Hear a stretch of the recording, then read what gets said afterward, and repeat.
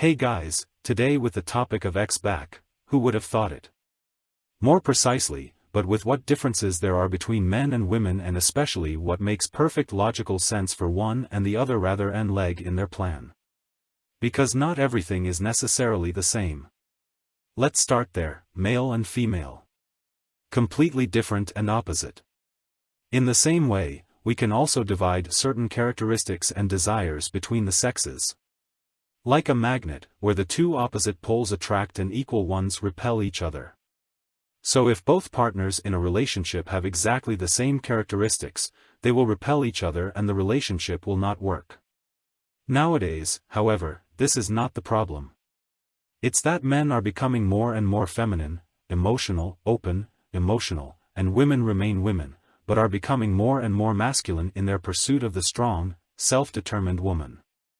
This means that in the relationship, men think if they would conform enough, they would be doing themselves a favor by doing so and be able to have better relationships. This works until the woman asks herself where all the good men have gone and realizes that she is actually with a woman. Anyway, small digression. What am I getting at? Women don't need to think that they can get their ex back by achieving something status-wise, because that is not attractive for men. And men don't need to think that being more open to women in the future will do them any good, and that they just need to be more responsive to them so that everything can be okay again. Because those are feminine traits and only repels them more. Is the attraction in a relationship gone?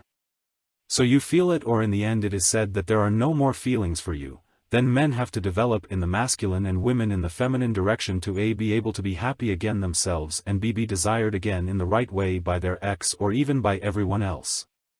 In the short term you can also build up attractiveness in a different way, but in the long term you always need these two poles, male and female, in the relationship.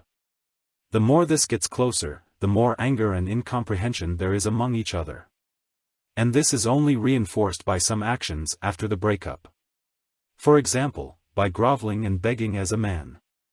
Of course, this is also unattractive as a woman, but in the long run, from the woman's point of view, this will make the man more down and take away all the attractiveness that he still has and could have. In contrast, it is highly unattractive for women and is not understood if they suddenly no longer talk about their feelings. Men are expected to have a certain problem-solving mentality. Therefore, we also want to solve women's problems at the same time, and the fact that they are constantly chatting us up about it has its purpose. We feel needed and they are satisfied that we take responsibility. In the case of feelings, however, this is not possible and often leads to a complete lack of understanding on both sides. After the separation itself, I think the same thing happens in both. Depending on the situation, of course. How the problems are then addressed also differs more according to the type of person. Here, the availability of the opposite sex plays a role. While men would have to search for a long time to find someone who suits them, women on Insta or after 10 minutes on dating platforms have the inbox full. But the men's approach is perhaps a more long-term one. Because they can address the problems and build a foundation for themselves. Women also have the choice, and this would also be highly recommended for them, only the temptation is greater to do without it. But it is also a matter of one's own maturity and which possibilities are shown to one. Not knowing the way or not being able to estimate the way often leads to taking the old paths, which then lead to the same result. To be able to give you now but an real tip wherein the topic of X back on it is to pay attention, let's start with the women. After all, I have relatively little specific for you, although of course you can also benefit from the knowledge of the other side, or much simply counts for both sexes. So, women, attention and sex after separation. Note that men tend to go in the direction of polyamory as an evolutionary sexual strategy. That is, they have as many children as possible. Of course, the man of the modern age may not want that, no pig can afford it. But that is so in us, and if we have the opportunity to sleep with an attractive woman, we do not say no. No matter if we are together with her or not. That is, if he has broken up with you and you now allow that you jump into the box without that he stands by you and wants the overall goal of the relationship, yes, then you make yourself emotionally dependent further, while he can actually drive what he wants, and this is also communicated internally just so by you. Don't get involved too early. No matter how intense the attraction may be right now, it is incredibly important that it is just as high with him and that you know your deal very well and act accordingly.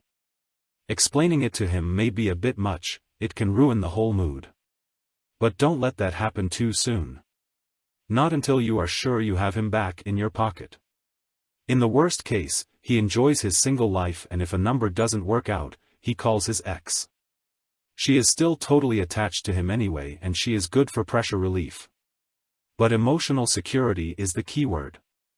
That's what you want from him, and below that he won't get what he wants, because if you sell yourself short, then no one will be willing to pay more for you.